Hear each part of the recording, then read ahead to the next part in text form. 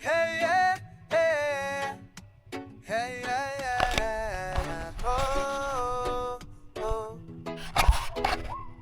Kaanindot sa panahon, tagat ako gato, pana sa kamot, dala ang damgo, ako si Spiro wannabe, wapong mananagat, langoy sa kalinaw, confident pisan ng atang tubig, pusay lubog, pusahay tinaw, ang ngita ko pista pero mas daghan ng kapaw kaysa mamaw, Spiro wannabe di man eksperto, pero kantag ko kay kada daig na ko'y matunan na bago, Spiro wannabe, patulong sa kantil, kalibutan sa ilawong nga daghang snapper, bisan waling sor nga madapan, naaman ko'y matira nga mongit, bayang o bulgan. Ako si Spiro wannabe, pamana lang sa bunta, dili sa gabi. Kay basin malipata, ni Mrs. Kamangon, ngunya ni pare. Ipa na o pangandoy, aron makaisda, kay bidli na sige baboy. Aron po taing taw maluwas sa panudan, o pamalit ka mahal pati na bugas. Matagday ba kung iyang Kamusta? Tara na at samahan niyo akong mamana. Dito pagkatapos kong makapag warm up dive ay ito yung unang encounter ko sa mga slick unicorn. May grupo kaya tinira ko na agad kasi naubusan ako ng hangin. Pero hindi ko tinamaan. Ang tagal kasi nilang lumapit. Kaya ito yung naging unang sablay sa araw na ito. At dahil medyo makulimlim ang panahon at medyo may konting kalabuan ang tubig, ito yung mga panahon na nagsisilabasan talaga yung mga slick unicorn dito sa aking favorite secret spot na maraming nakakaalam. At dito ay nag-aabang tayo na lalapit yung mga slick dun sa unahan. May malalaki dyan pero napakatagal talagang lumapit kaya pinagtiyagaan ko na lang tirahin itong mga sing laki ng palad. Dahil good size na rin ito, pwede na ito pang ulam. Kaya nang makakuha ng range ay hindi ko na pinalampas kasi ubusan na rin ng hangin.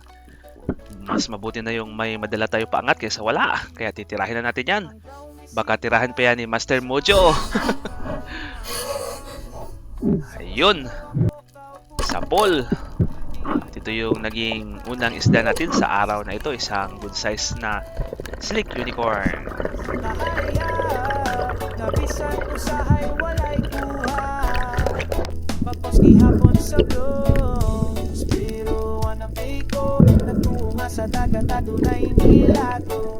Pana kong pangandoy akong isan ligat, isa nung sa pangit mo balik ko sa katagatan. At panibagong sisid at dito ay umabanti lang ako ng konti dun kung saan ako nakatira ng unang slick kasi medyo lumayo pa sila dahil nakuna na sila ng isa.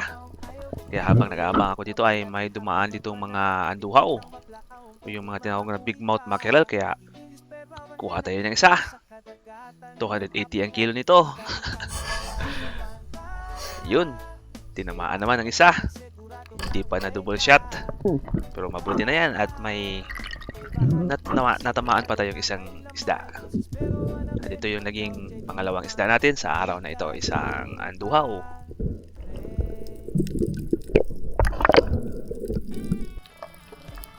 At panibagong sisid na naman.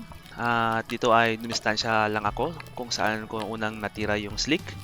Dahil nakikita kong dito na naman sila nagkukumpulan. May mga triggerfish, yung bonfire triggerfish. Pero ito, may lumapit na slick. Tinira na natin agad. Dahil paubos na rin yung hangin natin, kaya tinamaan naman. At ito yung naging pangatlong isda natin sa araw na ito.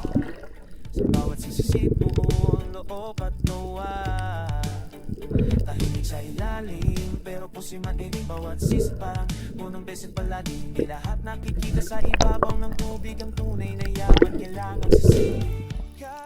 At muli na naman tayong bumaba. At yung nakikita ko ditong pwede kong panain ay ito na lang vampire triggerfish kasi medyo malaki na at nasa harap ko lang kaya tinira na agad natin yan. Masarap din yan sa inihaw pero mas masarap din yan sa paksiw. The best talaga yan. At ito yung naging huli at pang-apat ko na isda sa araw na ito. Isang pakul or yung uri ng pakul na tinatawag nilang Vampire triggerfish kasi may pangil, yun, no? At kulay ng vampira.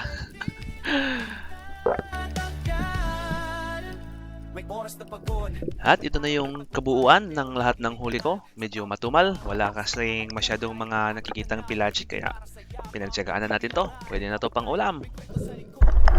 Yo, sunset na. Alas 5 na sa hapon. Uli na ta kay lubog na, ngit-ngit.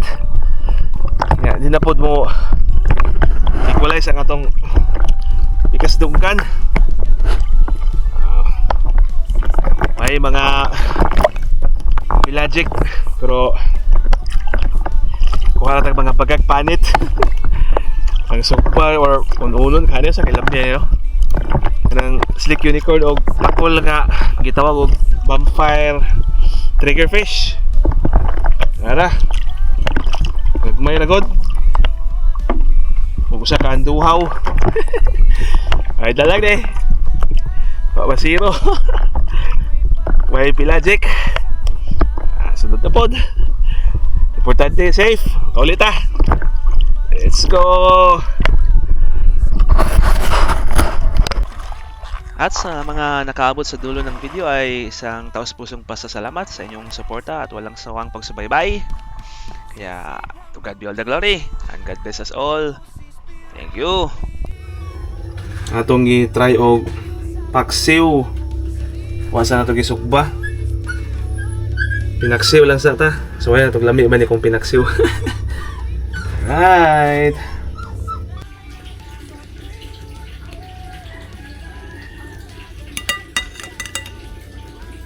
Tayo.